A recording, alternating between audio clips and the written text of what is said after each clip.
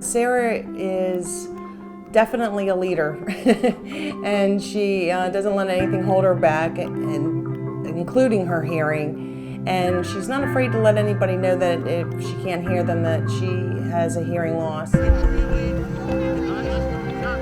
Sarah is very much into soccer. She's been playing since she was 5 years old, and when her hearing loss became noticeable, she had issues with hearing the coaches and instruction from the sidelines. So we're hoping that afterwards that she will be able to hear everybody better and it won't be as hard on her. A cochlear implant is a device that measures sound using a microphone, same way a hearing aid does, but then instead of just amplifying that sound through a speaker the way a hearing aid would, it processes the sound, breaks it into different frequencies, and then electrically stimulates parts of the cochlear nerve to bring the sound into a person who couldn't otherwise hear. A candidate for a cochlear implant is really someone who can't hear well enough despite using traditional hearing aids that have been tuned the best that they can. For kids, it's difficult because we can't use sentence testing, so we rely on the special tests designed to help determine if a small child can hear or not. So they'll both dress like this stuff. That's what's going inside. Yep. What was unusual in Sarah's case was that she had normal hearing and language before she started to lose it later in her childhood. So her brain, her auditory nervous system was already pre-wired to receive sound from a cochlear implant. She wore hearing aids for a number of years and did very well with hearing aids, but as her hearing loss progressed, the hearing aids became less and less useful for her, and the compensation that they gave her was less. So the cochlear implant became the next step. When we first heard about the recommendation for cochlear implants, we were very nervous and scared, but then after talking with Dr. Bowditch and his explanation of everything, it really calmed us, and we knew that that was the direction we wanted to go. It was really nice how we were all able to be with Sarah right beforehand. Even on the way to the operating room, they had an iPad where she was playing games on an iPad, so she was totally distracted from the impending surgeries.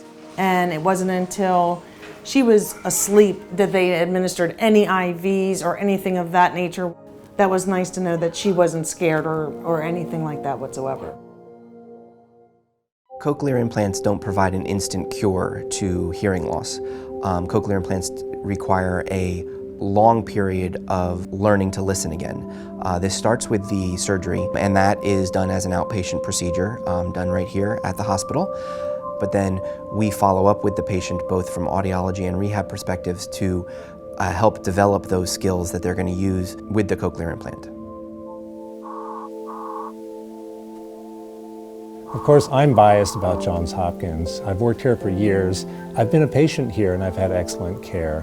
But I think that we do a great job here by working together as a team. We're tightly integrated. We've done thousands of cochlear implant surgeries. We've worked with thousands of families. Looks like you healed really well there. To get safe, reliable, effective surgery and cochlear implant programming and auditory rehab therapy to optimize the results that you get with a cochlear Those implant. unstressed words are hard to hear.